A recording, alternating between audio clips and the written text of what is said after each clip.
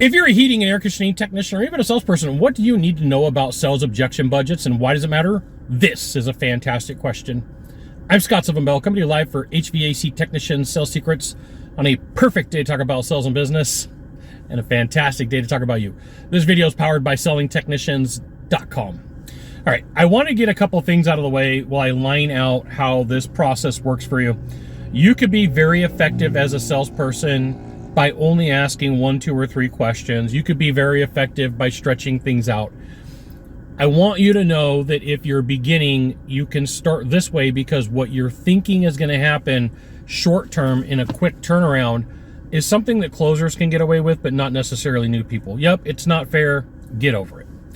So from doing a ton of ride-alongs, one of the things that I noticed is salespeople would spend a ton of time building rapport, not realizing that they have a sales presentation budget. So if you're going to budget money and you make $1,000 a month, easy math, and $500 goes to rent, and $250 goes to the car payment, and $50 goes to insurance, and $50 goes to a cell phone bill, you roughly have about $150 a month to live on. So if we do the same thing for a sales presentation, then what you're going to find is that you have an objection budget.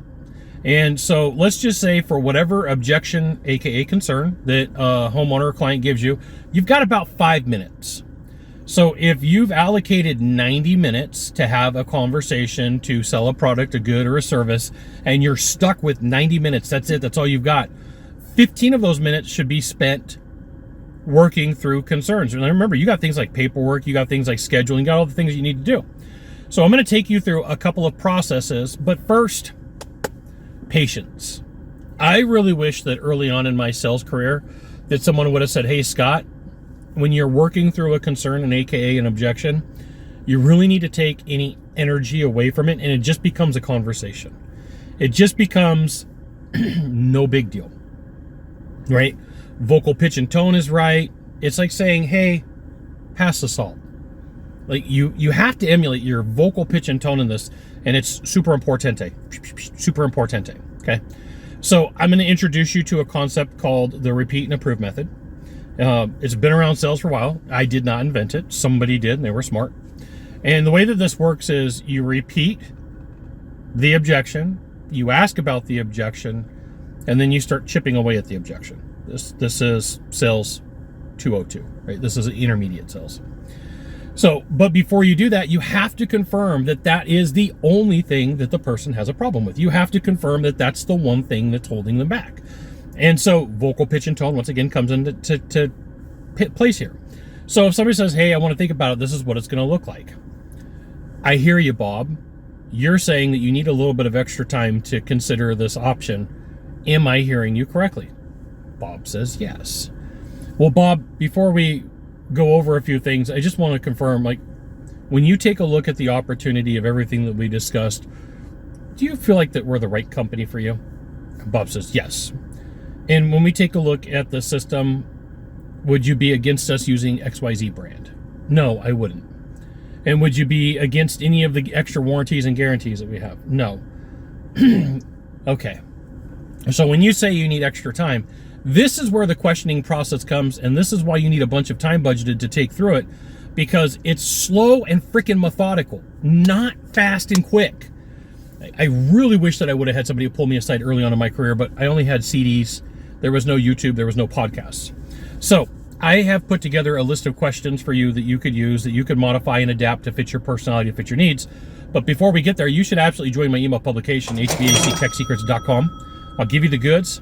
Not in the Facebook group, not in the YouTube channel, which means private coaching, private training, discounted coaching, discounted training. It's an email publication. And occasionally, I try to sell you stuff because I got to pay for trips to Hawaii and TNC surf shirts and Ren Spooner Aloha shirts and medium ribeye steaks with extra fat is what it is. All right, so you go through the process. You ask for the business. It's about 8:55 in the morning. You've got till about 9 o'clock to deal with. I've got to think about it as a concern, aka objection.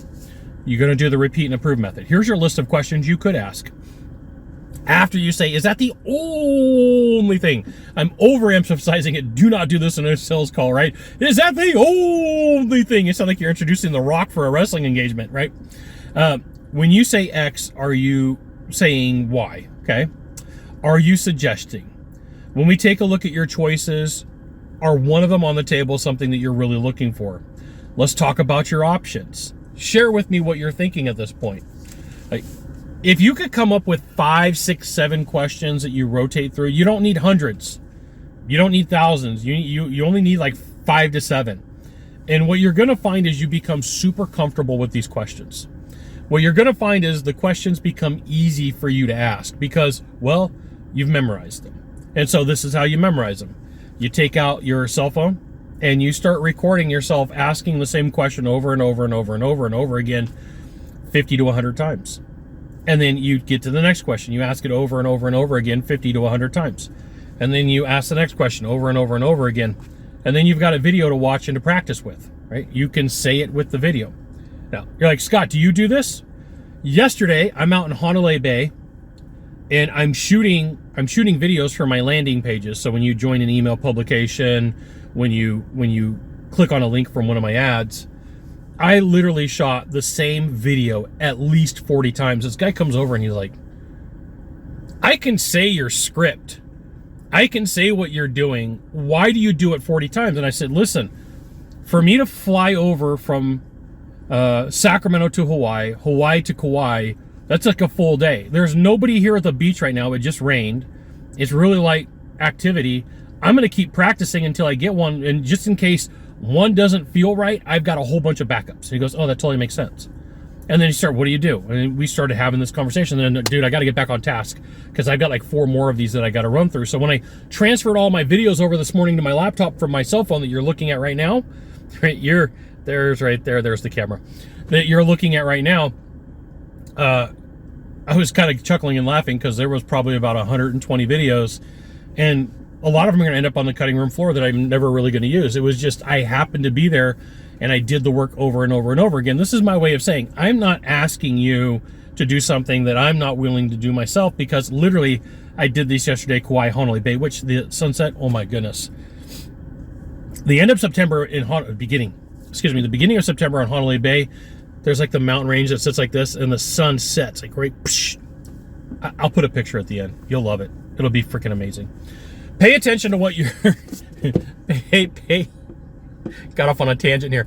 Pay attention to what your budget is and what you're going to do, and make your list of 5 to 7 questions.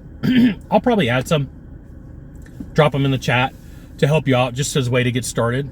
But it is something that you're going to have to work on. You got 1 of 3 things to do from here. It's just 1 of 3. Find the subscribe button, click on it, and every time I send out a video, you'll get an update. 2, hit follow. 3, share this video with a friend. We'll see you soon. Thanks for watching.